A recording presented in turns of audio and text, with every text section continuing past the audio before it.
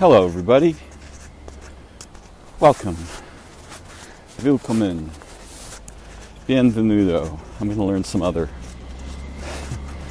ways to say welcome soon.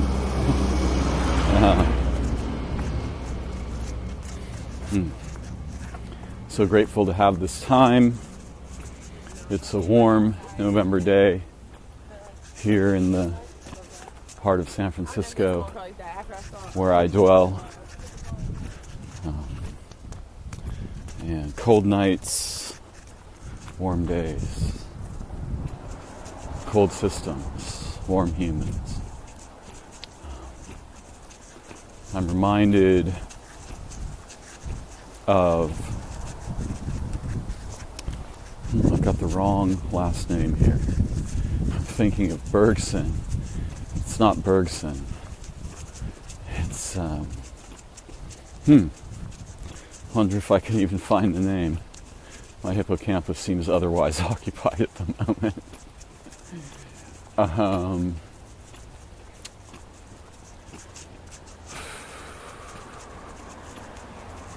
Yeah, it's escaping me.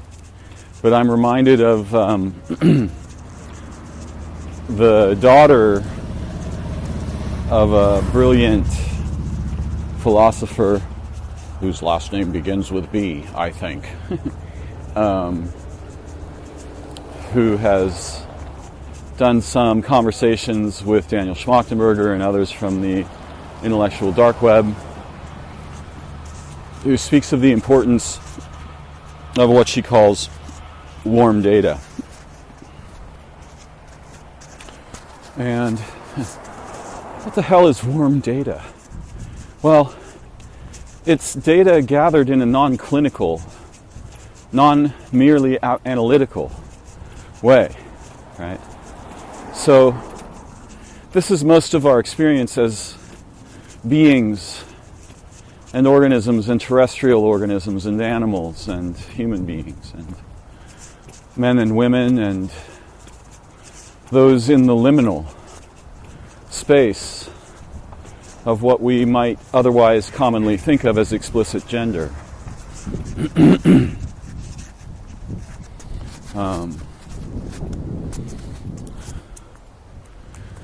So yeah, there is warm data, living information, the experiences and understandings and awarenesses of the beings with whom we come into deep or intimate relation or even conflict.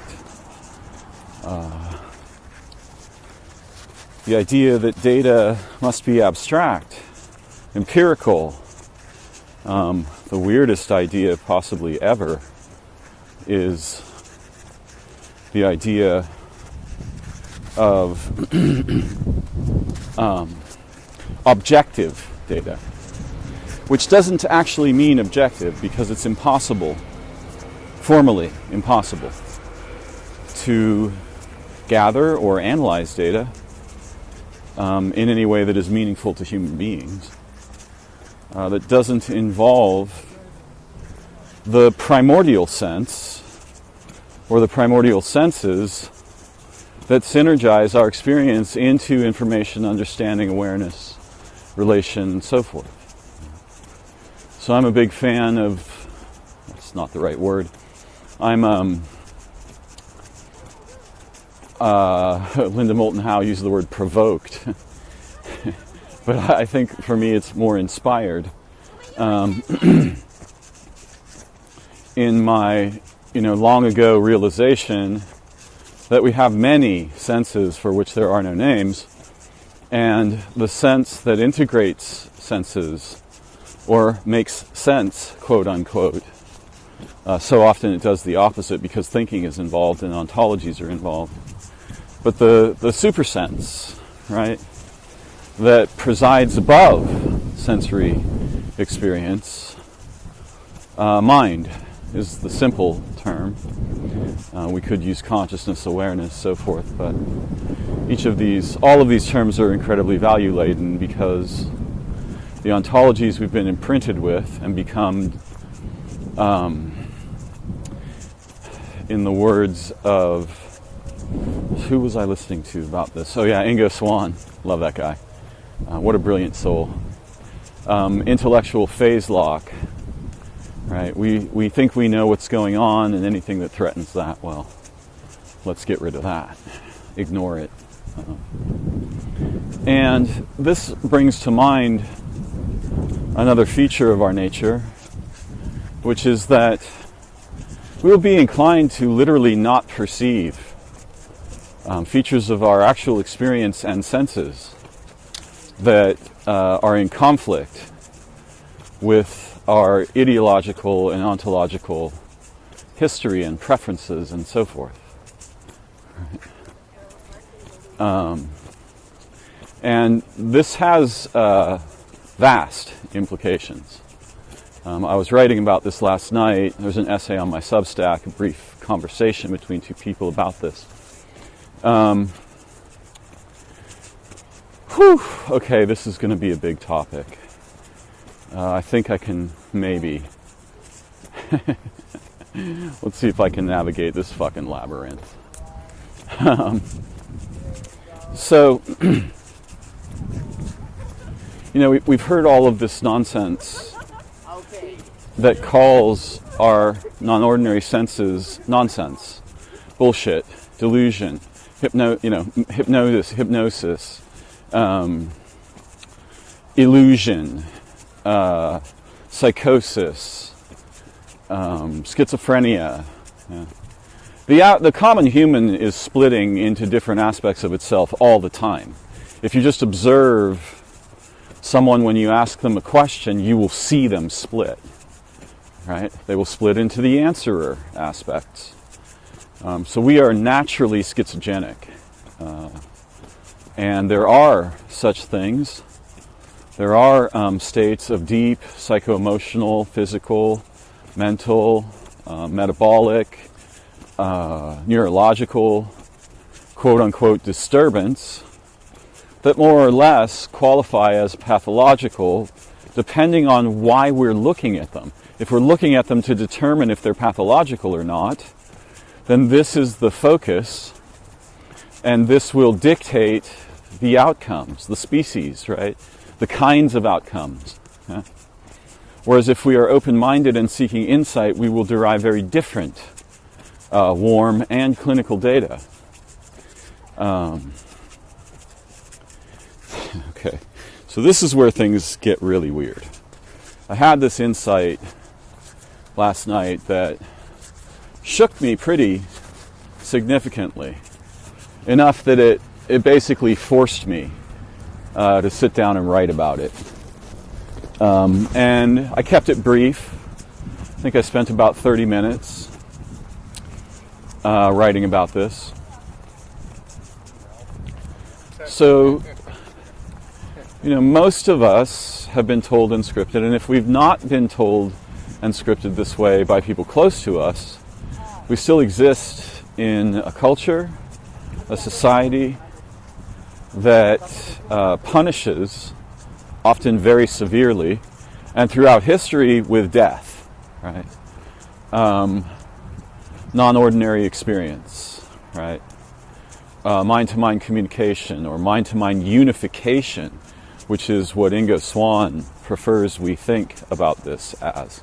And having had a direct, monumentally astonishing, right, not just singularly astonishing every moment, newly astonished for 9 months, where I was in communion with some form of non-human intelligence that was teaching me and essentially training me as if I were in some kind of a non-human nursery school, what they would teach their little ones. Yeah?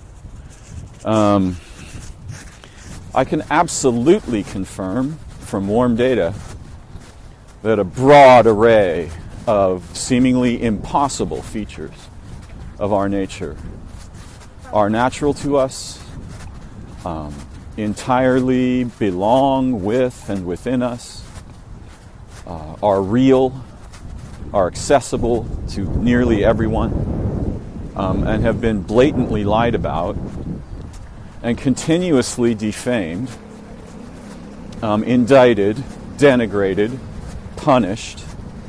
And on the converse of that, we are rewarded for, staying within the lines of the bullshit narratives, ontologies, right? What the world is and isn't.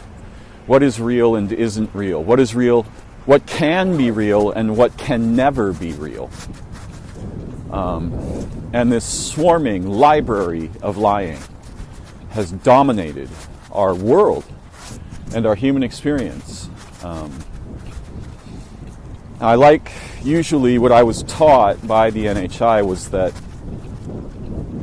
this is the result of a vulnerability in the network of human minds to structured processes that compete as if they were highly competitive organisms, in a sense, as if they resembled highly competitive organisms, that I call thrisps. And this is a very useful toy. I'm not trying to tell you it's true. I have no interest in convincing anyone of the truth or falsehood of anything. My interest is in seeing better.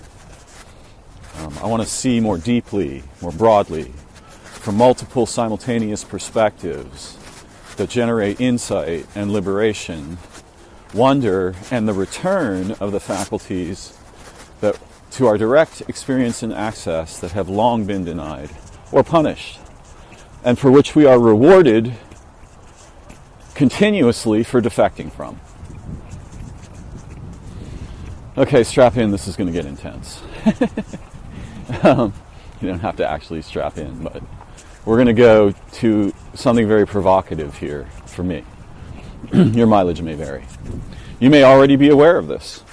And if you are, take a moment to share your own experience, insights, questions, criticisms, indictments, whatever you got. Go for it. All right, so in the writing last night, I imagined a conversation between two people who had become aware of this situation in a very intense way and in an excitable way. Hope my wind buffer is working because it's pretty blustery right now. And here's the damn thing. If you were suddenly transported, right, with your human ontology and cognition, your thinking and decision-making habits, many of which are nearly useless or even lethal if you are transferred from a representational context, i.e. a city, to a natural context, i.e. the deep ocean. So if you were to be, magically, in a thought experiment, transferred into the body of an octopus, and you attempted to use thinking, your ontology, rationality, logic, to make decisions in nature, you would be dead right quick. Your toy ontologies, the ontologies that have captured most moderns, many, many moderns, and even the captured people have moments of liberation and wonder and curiosity and passion and adventure and so forth, where they play outside the cage. But most of us will be drawn right back into it by the gravity of the social, representational, and electronic contexts within which we interact. So what I'm trying to get at here is that what you call thinking, if you think that you make decisions by thinking, you're wrong, because there's a sense above thinking that is determinative in relation to what gets enacted, what gets avoided, what gets voted down, what gets hidden from your awareness, and all of these things. And it is this sense, which is a super sense, or an array of them, that your decision-making actually depends upon, regardless of how you think about it. In nature, thinking is way too slow. And it may well be that our species became really good at thinking, primarily because we had the luxury of being protected, in some sense, or divided, in another, from nature, from living places, living contexts, living relationships, which are, if not instantaneous, vastly more immediate than anything thinking will help you with. Thinking is way too slow to deal with actual situations in nature and the relationships that pervade there. It's not that you would want to entirely get rid of thinking.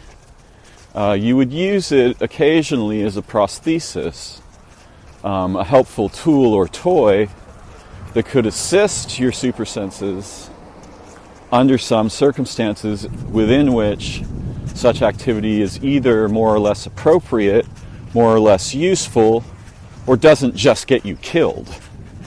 But in most cases, thinking is way too slow. And if you go into any natural place where indigenous people live, especially people with little or no contact with moderns, and you dwell with them in the Amazon, in the jungle, in the desert, or the sea nomads, in Africa, you will quickly see they will rescue you all the time from your stupidity that would get you killed if they didn't rescue you. And how will they do this? They are awake. They are instantaneously aware of broad features of reality, the living context, the history and future of this context, the beings who dwell and reign and exist there. They have these vast libraries of awareness that moderns would be unlikely to develop or even be able to sustain if they developed them. So you would see in such a situation what it is actually like to be a human being and how unimaginably different from everything you have ever thought, expected, experienced, supposed, and believed existence truly is, or at least can become.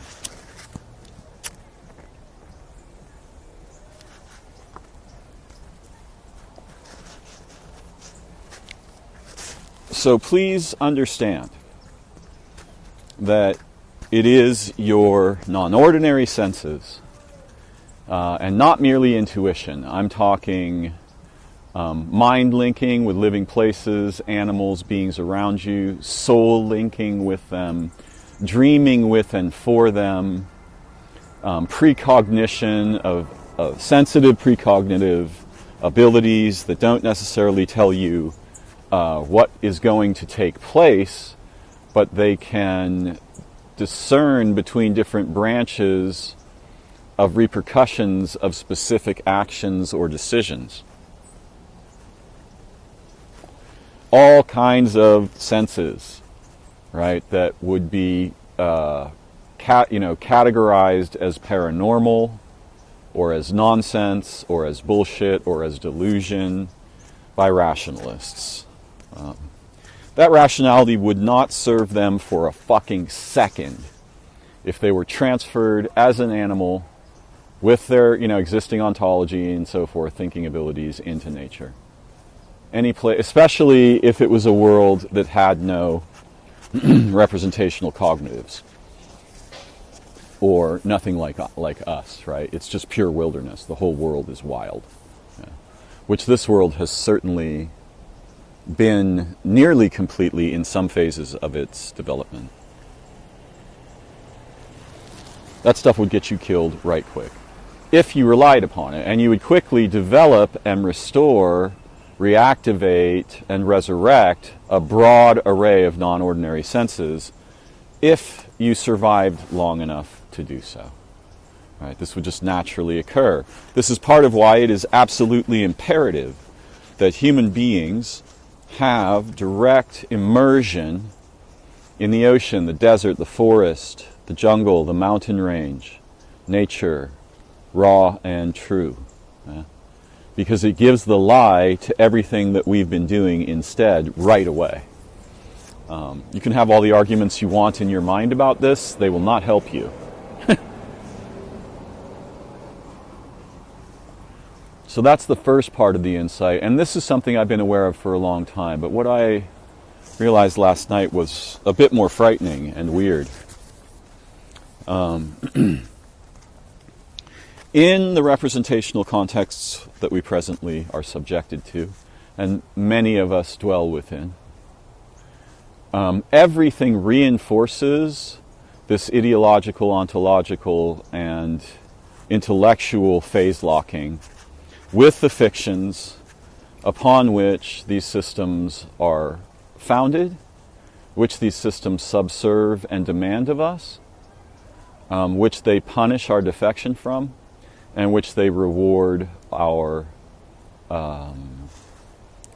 coherence with, our obeying of.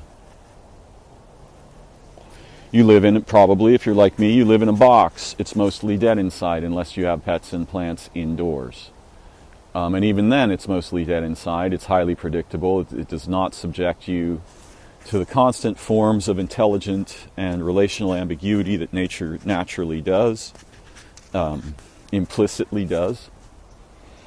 And every little transaction you make, when you get the fork from the drawer, when you wash the dish, when you interact with electronic representations, a new and much more deadly form of lying to our nervous systems, defecting from the present moment, decoherence with our souls, our intelligences, our faculties. This whole new branch of representational diseases, which they certainly are, is like the next level, right? Now you get rewarded for interacting not with objects, but with electronic representations of persons and objects and language, ideas, and so forth. So, in our common situation, what happens is every aspect of our defection from our natures and our purposive and intellectual, like in the sense of the logos, the intellect itself, imperatives, is denuded, chopped down, amputated, replaced by brief electronic or physical transactions in a representational context. You get in a car, you go to the gas station, you buy the gas, you pay with the credit card, you go to the store. It's a million representations. It's like a library of representations. Most of that shit isn't even food. Lots of it is poisoned directly, intentionally, by corporations. Monsanto, Bayer, you fucking name it. You have GMO crops. The research that was done to determine their safety has been hidden and lied about very effectively and skillfully at ever-increasing rates and to ever-increasing depths over even short periods of time. So everything in our common contexts continues the process of enslavement and amputation of our non-ordinary faculties and the biological and spiritual and originary imperatives that we bring to human incarnation. And every time you interact with a physical object in a representational space, you are experiencing new amputations. Now there are, some exceptions that can give value. Books, particularly, physical books. Experiences of art or play or adventure or media that is profound in its capacity to liberate or deliver insight. It's not all bad news, but if you look at the continuum, you will see that most of the continuum is thoroughly captured, recolonizing itself, and subjecting us to what are effectively the same thing as undesired medical, physical, psychological, relational, communal and biological experiments for the sake of systems that are not human, dead inside, and you couldn't trust them with a fucking piece of silverware. So what I had not realized the extent of was the previously, to me, unimaginable degree of our constant re-scripting and our reception of fake rewards for continuing the process, familiar to us, of living in human anti-societies and anti-civilizations that parade around as if they're some kind of heroic protectors or liberators, while most of what is going on reasonably qualifies as rape. Rape of our minds, rape of our histories, rape of the living world, devastation of the environment, accelerating at unimaginable rates per second. And the onset of the LLMs represents a whole new dimension of this that I'm hesitant to get deeply into.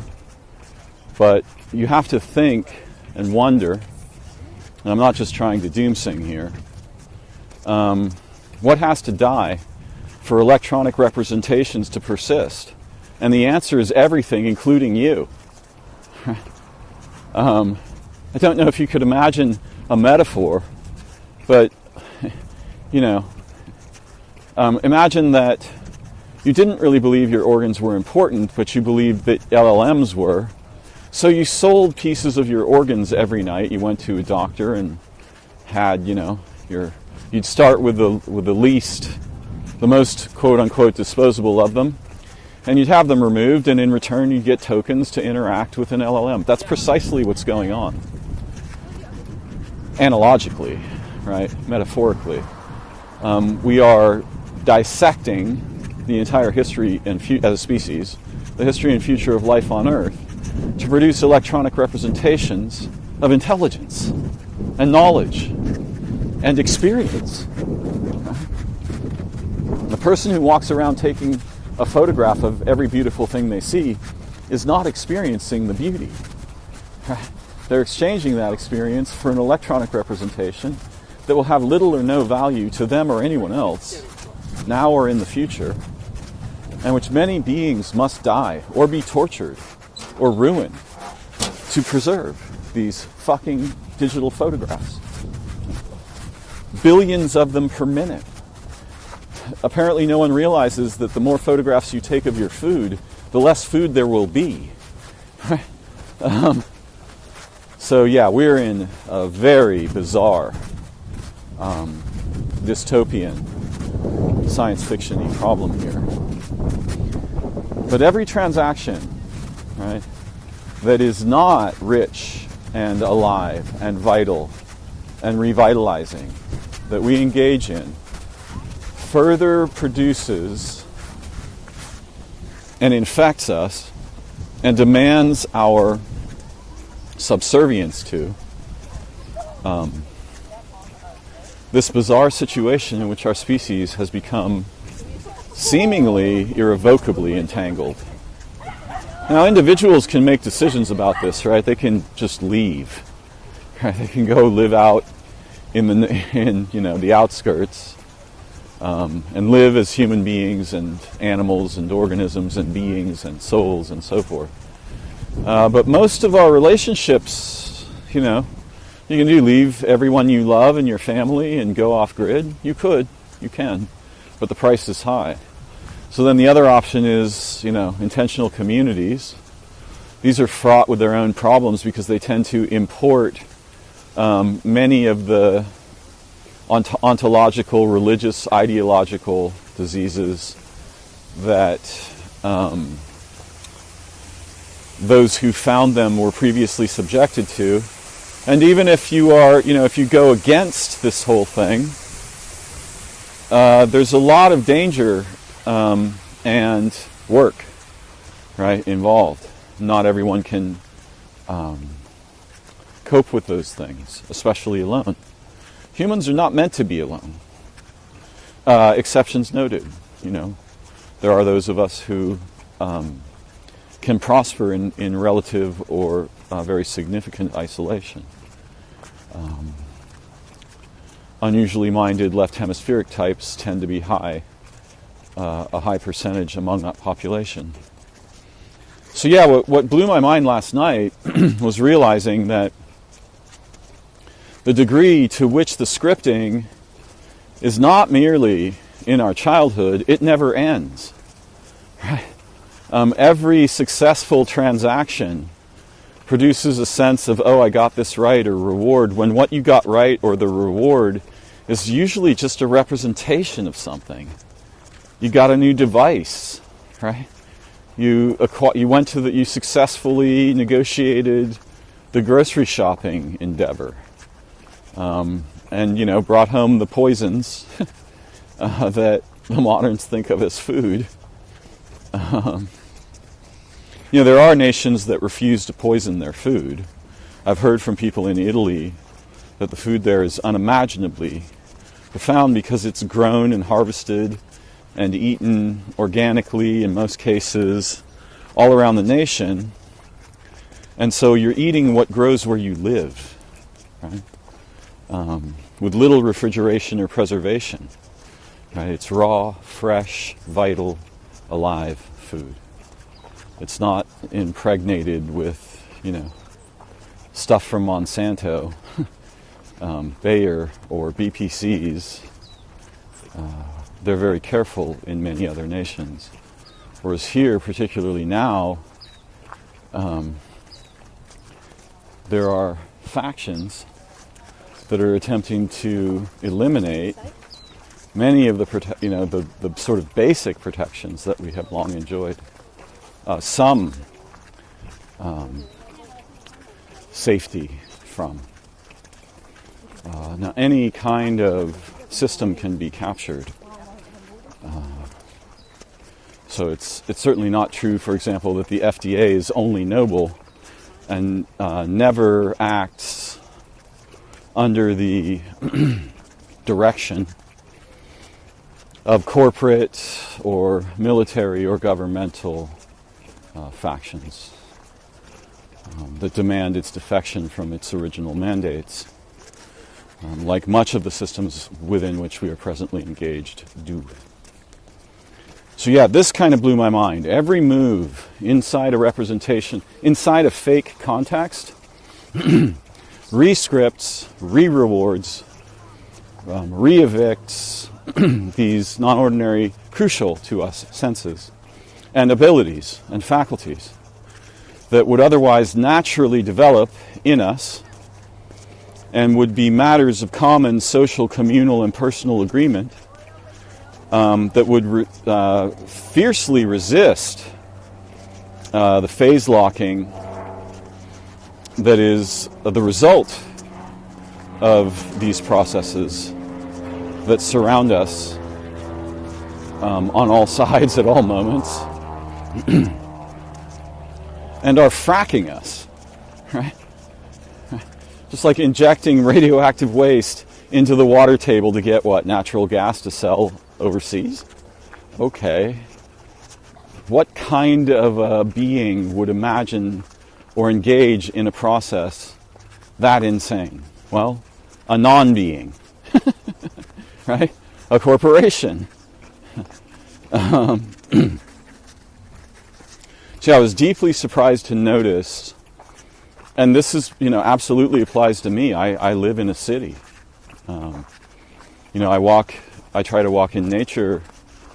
The nature that I'm walking in is artificially constructed by humans in order to create a local representation of nature that is called a park.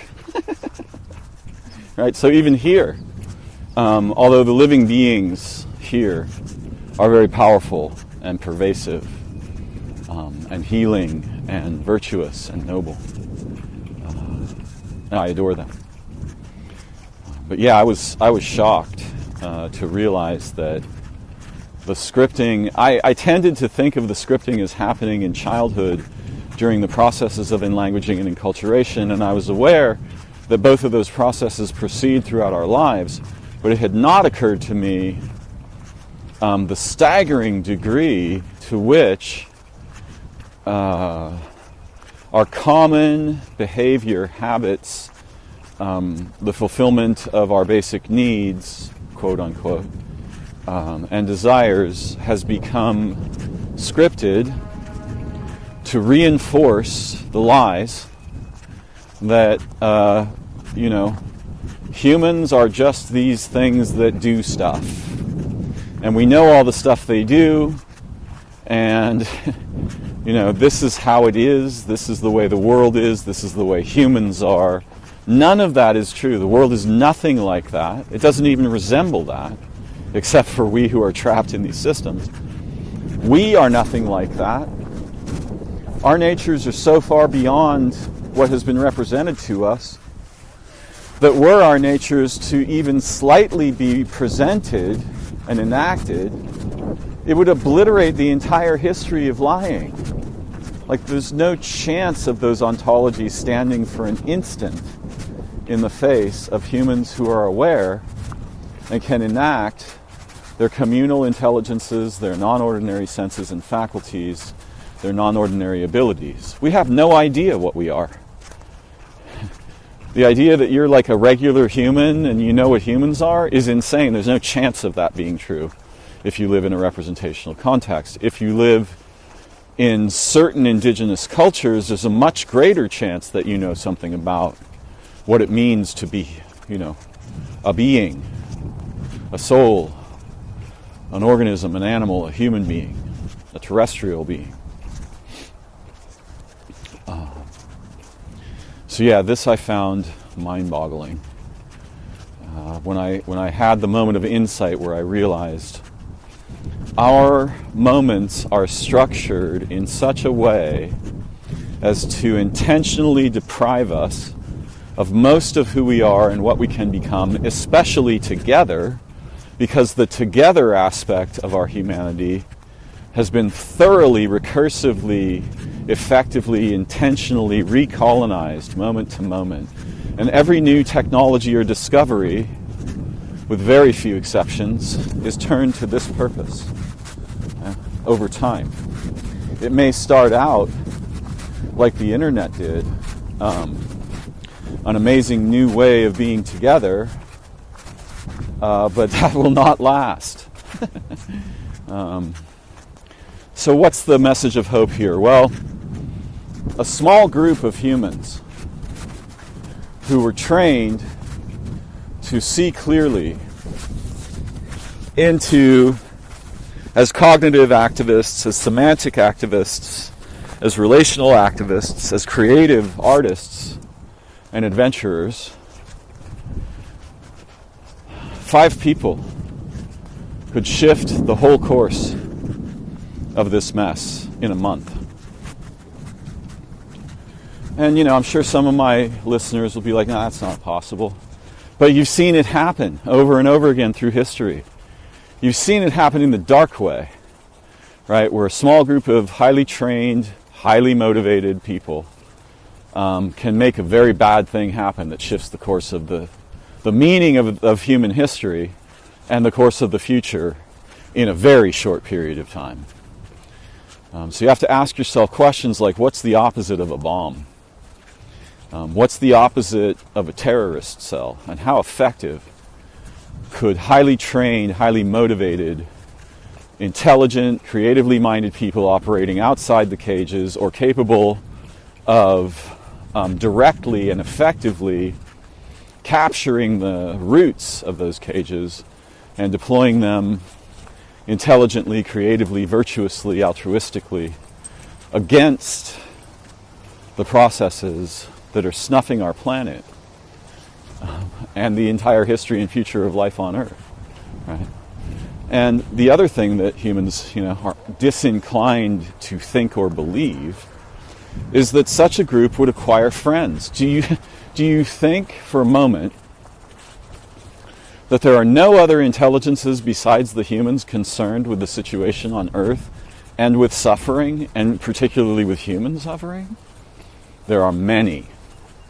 And some of them are incredibly powerful, but they may experience extreme difficulty acting in the layer in which we exist and act. So what they need is friends, right? You can imagine a situation in a fantasy novel where the elvish kingdom is under assault and the queen of the kingdom lets it be known that heroes are needed. Brilliant, well-trained, skillful heroes are needed to protect the kingdom. And she opens the treasure house to the heroes that come. The universe is fundamentally like this. A small group of people, highly altruistically motivated to change the course of the humans, would acquire help of kinds we can't even imagine exist.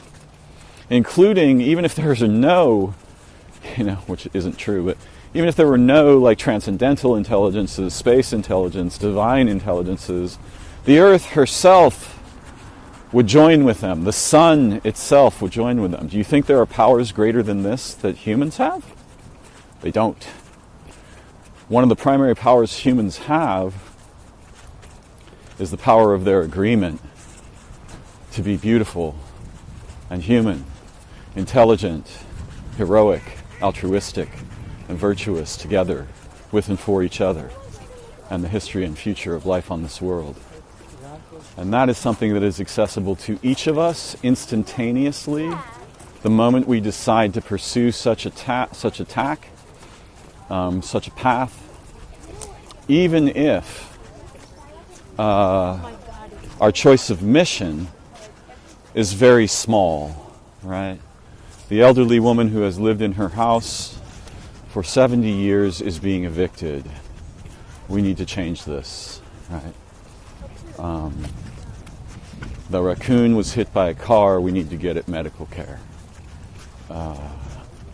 We can pick a small mission, much smaller even than those, and just train, right? Cut our teeth on very easily accomplished missions and learn together how to become more effective, more insightful, more creative in each new adventure that such a group might take on. And the groups don't have to be permanent, right? This kind of way of playing at being human could become very contagious. And different styles of minds, right, are very powerful when they are together. Our non-ordinary senses, when we are together, naturally are amplified dramatically.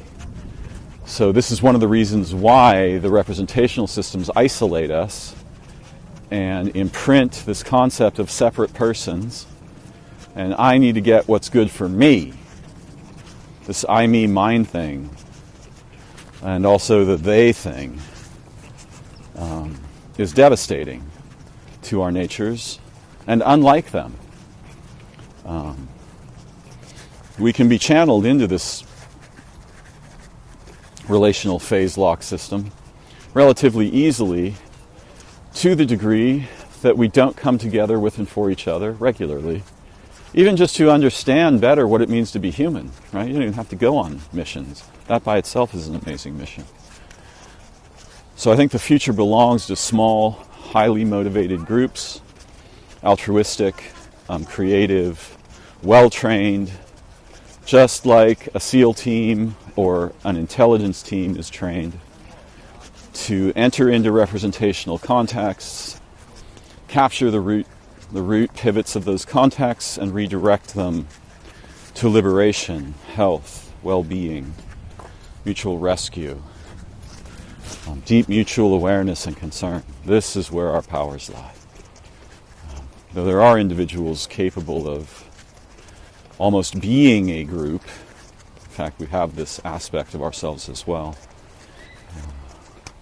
This is where I believe hope and transformation are likely to be easily accessible to us, instantaneously accessible to us.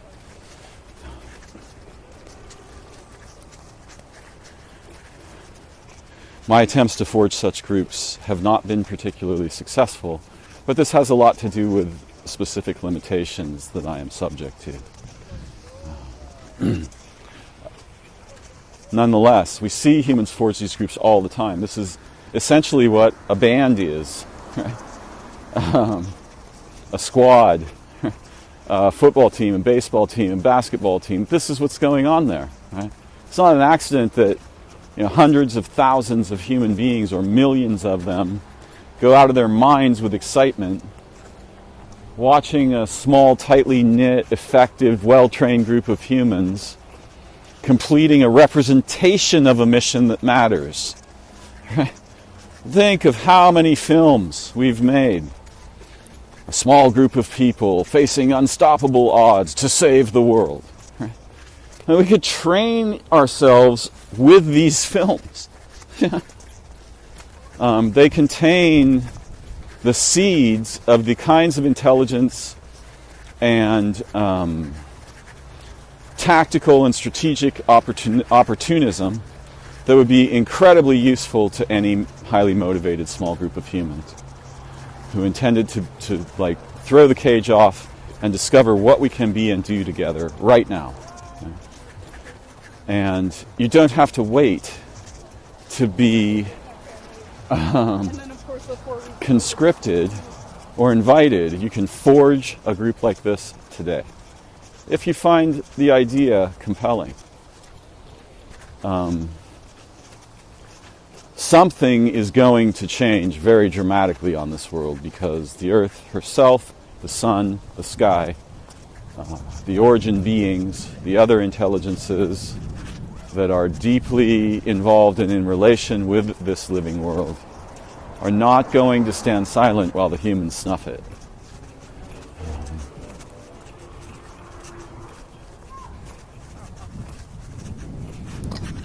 So whether or not we do something resembling what I'm speaking of, there will be reckonings, remediations, and devastations. Because the systems that are well entrenched, they can be dissolved. They can be dissolved without combat. You don't have to fight these systems. In fact, that's the wrong idea. You have to do something so beautiful and compelling together that nobody wants to be left out. That's the way to shift, I think, the apocalyptic moment in which we find ourselves alive. So yeah, this was mind-blowing to me. I was aware of both features. One, that your thinking, your rationality is too slow to keep you alive in nature. You need your non-ordinary senses just to survive. And preferably you need a small, tightly knit group of humans synergizing their senses, right? Well, deeply experienced with synergizing their awareness for specific purposes and goals.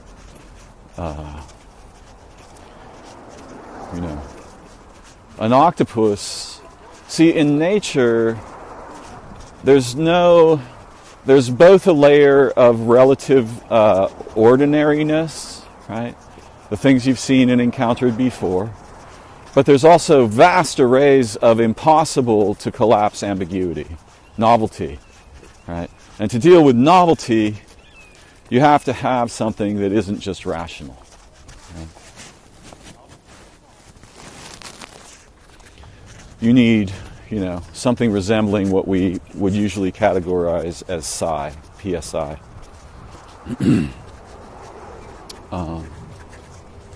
So yeah, I was aware of that, but I was not aware of how pervasive the scripting is that we depart from, lose contact with, forget, neglect, and fail to actualize a vast array of faculties, probably thousands of them, or one kind of super faculty that can diverge into myriads.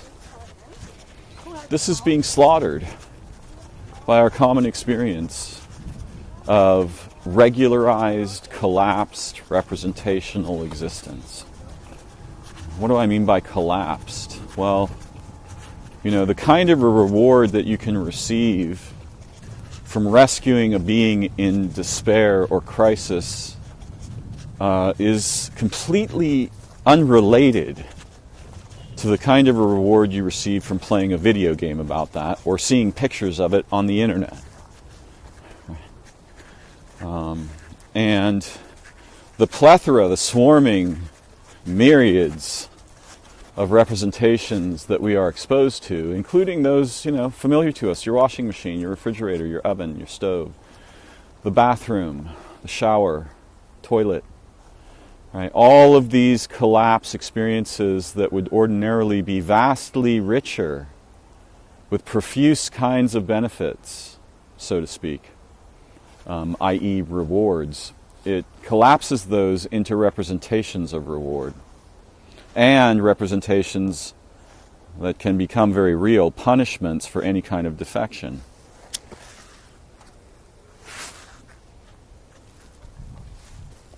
Nature can't live in the representational system, and your nature is just the same way. It can exist, it can survive, but it is dying in there. It's suffocating in the flatness of the terrain. The humans have created this sort of imposed flatland, C.F. Edward Abbott. Of experience, expectation, and the other thing is you get dumber every time you run through these habit trails, right? You become less aware, less available to insight, rejective of novelty and ambiguity, which without those wings on the bird, there's no flying, right? We like our reality predictable, right? We don't like it when vigilance wakes up, ambiguity wakes up vigilance. We've got to determine if there's a threat. We make predictions about futures, somewhat rationally, somewhat intuitively.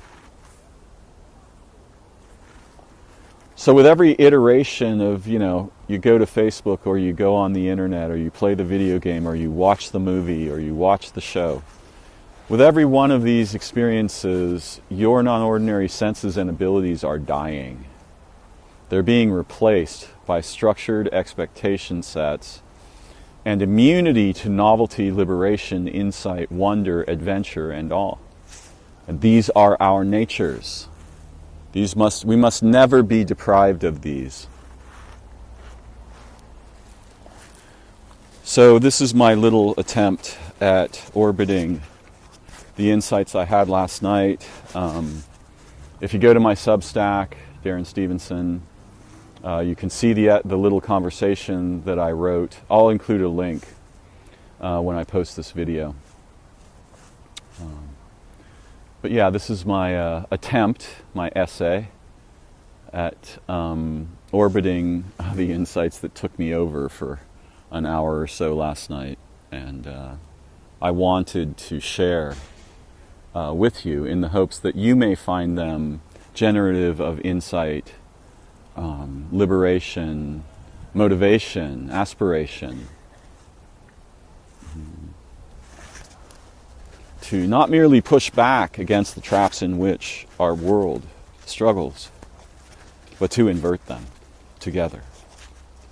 This is my hope. This is my dream. This is my heart. This is the dream of every living being that ever dwelt on this world, right? A future in which their children would be free and healthy, joyful, and capable of experiencing, fulfilling the promise of their incarnation, whether that be as living places, organisms, or human beings. This is my spirit. This is my mission. This is my dream. Thank you for joining me. Please take a moment to like, share, comment, ask a question, criticize. Show me something new. Yeah. Or support my channel in any way that feels natural to you. I'm so grateful for this time together. I look forward to learning together again very soon. And I wish you beauty insight, liberation, amazing dreams, healing, and adventure. Bye-bye for now.